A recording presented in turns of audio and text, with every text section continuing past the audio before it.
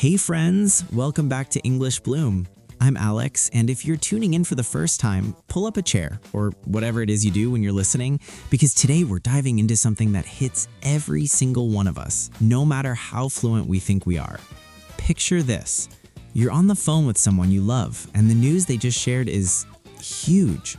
Your chest tightens, your throat does that funny little click, and all that comes out is, wow, that's a lot. Yeah, been there.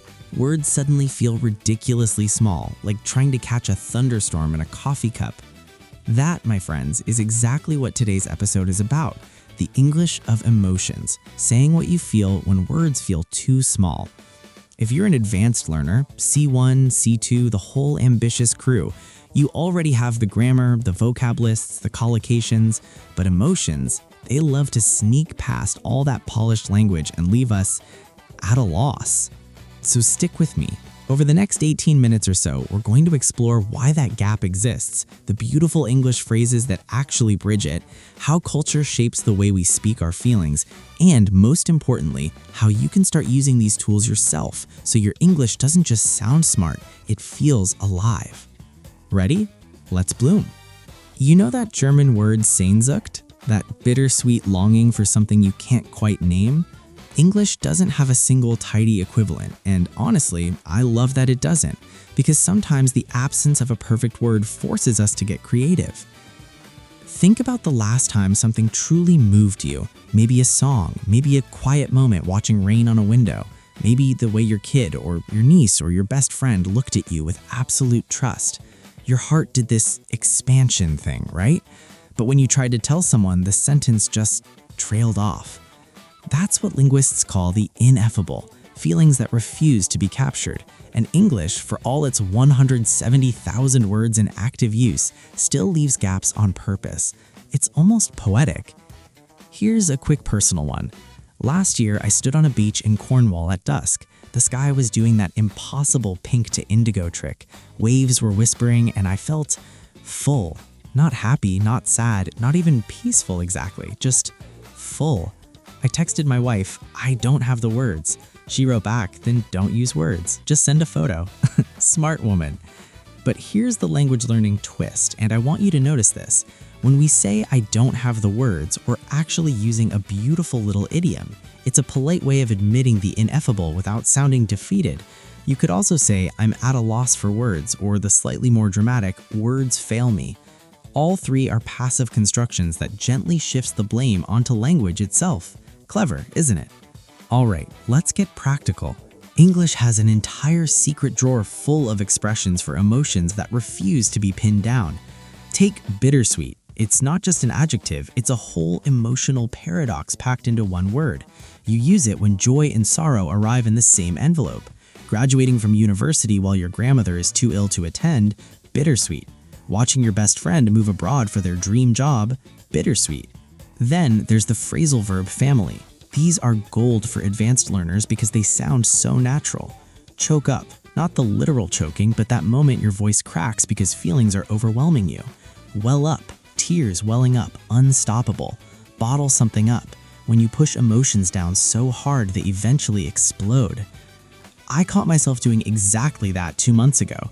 Work stress, family stuff, the usual cocktail.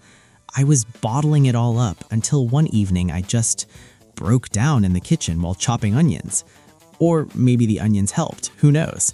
My wife walked in and said, "Okay, you've been carrying the weight of the world, spill it." Another phrasal verb, spill here meaning to finally let the emotions out. Notice how these verbs are physical?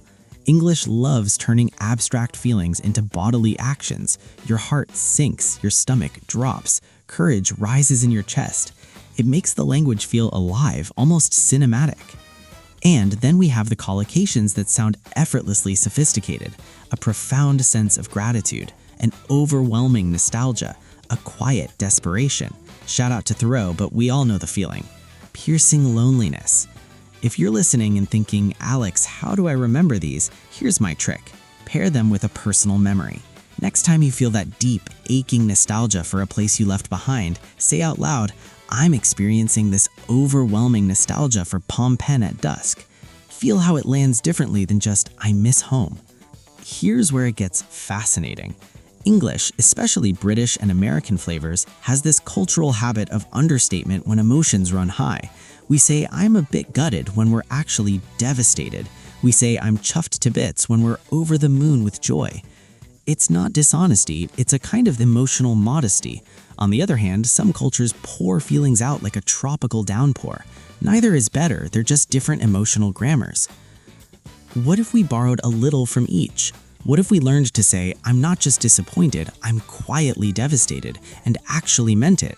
That slight amplification, that willingness to expand the emotional vocabulary is pure gold for advanced learners. It makes your English feel more inhabited. I remember being in Tokyo once, watching salarymen on the train after a long day. Their faces were calm, almost blank, but their body language, shoulders slightly slumped, eyes tired in that particular way. In English, we might say they looked weighed down by the world, another beautiful collocation. The Japanese have karoshi, death from overwork, but we don't have a single word. We describe the feeling instead, and sometimes description is more powerful than labeling. When plain language fails, English turns to metaphor, and literature is the masterclass. Shakespeare gave us a heart of stone, the green-eyed monster, jealousy, and my personal favorite from Hamlet, "I have that within which passeth show." In modern English, there's stuff going on inside me that words can't capture. Jump forward a few centuries and you get Zadie Smith or Ocean Vuong writing sentences that somehow make you feel the exact texture of grief or wonder. They don't tell you "I was sad," they say the sadness sat in my bones like winter rain. Here's a quick exercise I do with my own writing students. Take an emotion you're struggling to name and turn it into a what-if analogy. What if heartbreak felt like a library where every book suddenly has missing pages? What if hope felt like the first warm day after a long winter when you realize your coat is too heavy? Try it. Say it out loud right now wherever you are. Notice how the sentence lengthens, how the rhythm changes, how your English suddenly feels richer. That's the magic. So how do we actually do this as learners? First, keep an emotion journal, not a diary of events, but a diary of feelings. One sentence a day using a new expression. Today, I felt a quiet exhilaration mixed with trepidation. Second, steal shamelessly from podcasts, novels, songs. When you hear "I was floored," pause the audio and ask yourself, could I use that? When would I feel floored? Third, and this is my favorite, practice the layered response. Instead of "I'm happy," try "I'm over the moon, albeit a little nervous about what comes next." See that "albeit"? It's a beautiful concessive adverb that advanced speakers drop in naturally. It softens, qualifies, adds nuance. And if you mess it up, who cares? Language is supposed to be a little messy when it's real. Whew! We covered a lot of emotional ground today. Here are your 5 portable gems to practice this week. At a loss for words when feelings overwhelm language, bottle something up, suppressing emotions and the danger of doing so, bittersweet, joy and sorrow hand in hand, weighed down by the world, that heavy, indefinable burden, and words fail me, the honest admission that sometimes language just can't. Before we go, here's a little question for you to chew on and maybe even record a voice note about. When was the last time words felt too small for what you were feeling? Which English phrase helped or which one you wish existed? Drop it in the comments, send it to me on Instagram at EnglishBloomCast, or just practice saying it out loud to a friend. Next time on English Bloom, we're talking about the English of persuasion, how to argue beautifully, disagree kindly, and change minds without raising your voice. I can't wait. Until then, keep noticing the moments when your heart speaks louder than your vocabulary. That's where the real blooming happens. I'm Alex, you've been listening to English Bloom. Take care of your beautiful, complicated feelings, and I'll see you next time.